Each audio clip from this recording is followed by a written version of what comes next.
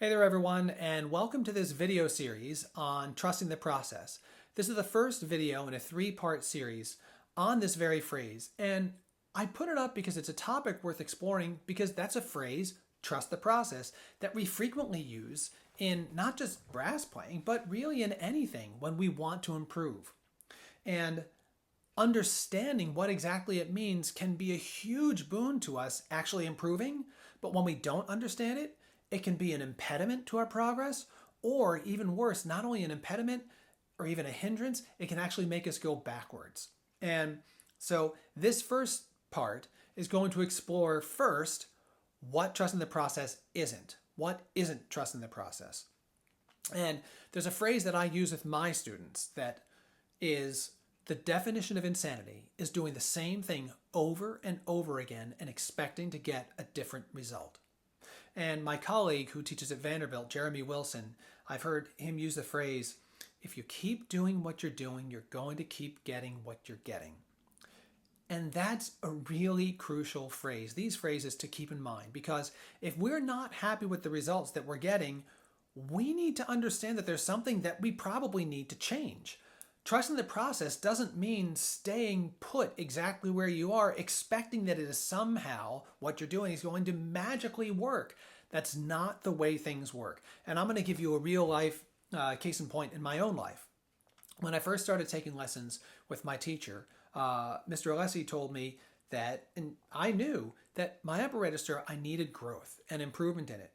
And so he suggested, and I followed his advice, that I should play Bordognis, Rochu, Bordoni, as written, but also in tenor clef. And that was a way that I was going to improve my upper register over the course of the year as I got into college auditions, because this was my senior year in high school. And I spent that entire year working really diligently. And at the beginning of the year, I could play Bolero probably 4 days out of 7. And the other 3 days out of 7, it would be okay to weak, or maybe not even there. And at the end of a year of this kind of work, of playing Bordoni in tenor clef and really working hard, at the end of it, I could do maybe 5 days out of 7. Now, that's not a huge improvement. Now, does it mean the advice that he gave me was bad advice? Absolutely not. The advice that he gave me was great advice, and it's advice that I continue to give my students. But that advice wasn't going to help me with the problem that I had. And we're going to get to that in a moment. So, how do you know when you're in a situation that you might be getting stuck in the weeds, you might need to change things up? And I would encourage you to look at, there are really 3 questions that we can ask. The first is, what do we hope to accomplish by doing what we're doing? The second is, how is doing that going to help us accomplish our goals? And the third is, do we see results from it? It's really simple. So that first question, what do we hope to accomplish? I can't tell you the number of times that someone has come in and done something and said, oh, I've been working on this or that or the other thing. And I say, well, show me what you've been doing. And they do it. And I say, well, why are you doing it? And they have to think about it or think hard about it or maybe don't even know.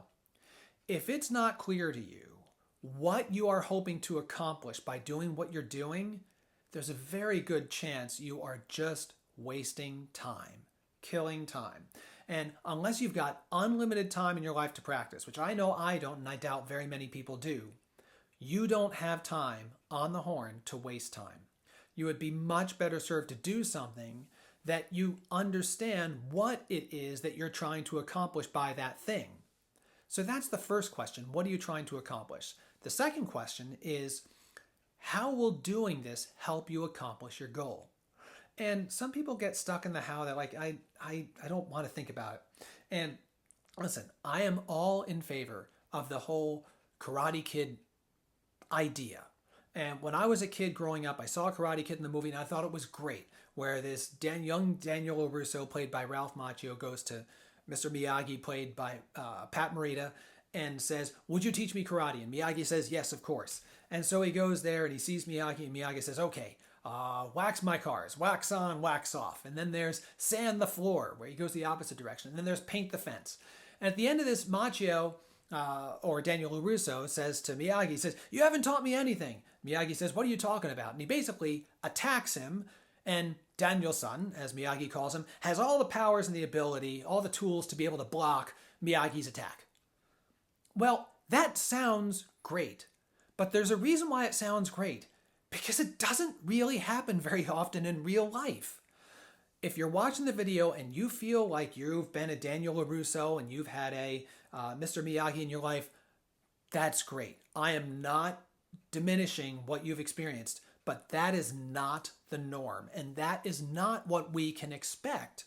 That is an extraordinary thing, and because it happens so infrequently, we feel it's extraordinary when we watch that movie, and that's what gives us chills to watch it happen. Understanding how what you're doing is going to accomplish its goal is really, really helpful. And not only helpful, but in many ways crucial. We can be doing an exercise and say, well, I know what I'm trying to do by the exercise, but we just do it. And once again, if we don't understand how it's supposed to help us, there are often aspects about it that we just don't get and that we're going to miss the point of.